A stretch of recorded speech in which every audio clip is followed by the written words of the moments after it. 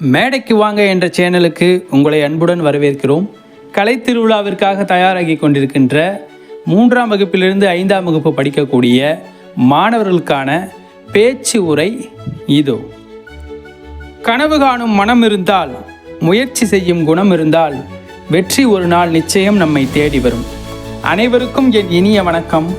இன்று நான் என் மனதுக்கு பிடித்த இளையோர் திறன் என்ற தலைப்பில் உங்கள் முன் பேச வந்துள்ளேன். இன்று நாம் பள்ளியில் படிக்கும் மாணவர்கள், ஆனால் நாளை இந்த நாட்டையே முன்னேற்றப் போகும் இளைஞர்கள்.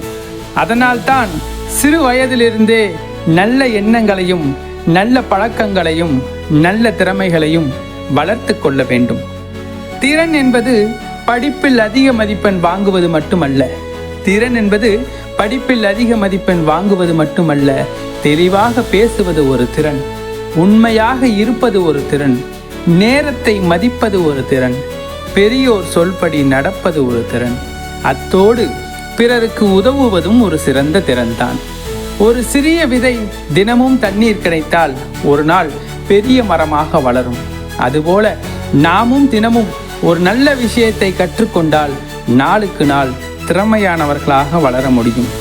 வாழ்க்கையில் எல்லா நேரமும் வெற்றி மட்டுமே கிடைக்காது. சில நேரங்களில் தோல்வியும் வரும். ஆனால் அந்த தோல்வியை கண்டு பயப்படக்கூடாது.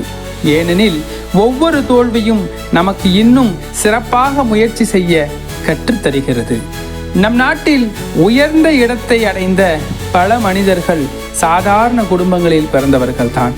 அவர்களை உயர்த்தியது அவர்களின் விடாமுயற்சியும் நல்ல ஒழுக்கமும் கற்றுக்கொள்ளும் ஆர்வமும் தான். அதனால் நாமும் தினமும் புதியதாக ஒன்றை கற்போம், நல்லதை நினைப்போம், நல்லதை செய்வோம். நம் திறமையை வாய்ப்பு கிடைக்கும் போதெல்லாம் கட்டாயம் வளர்ப்போம். இன்றைய நல்ல மாணவர்கள் நாளைய நல்ல இளைஞர்கள். இன்றைய நல்ல மாணவர்கள் நாளைய நல்ல இளைஞர்கள். நாளைய நல்ல இளைஞர்கள் எதிர்கால இந்தியாவின் மிகப்பெரிய பலம். விடாமுயற்சியுடன் கற்போம், திறமையுடன் வளர்வோம்.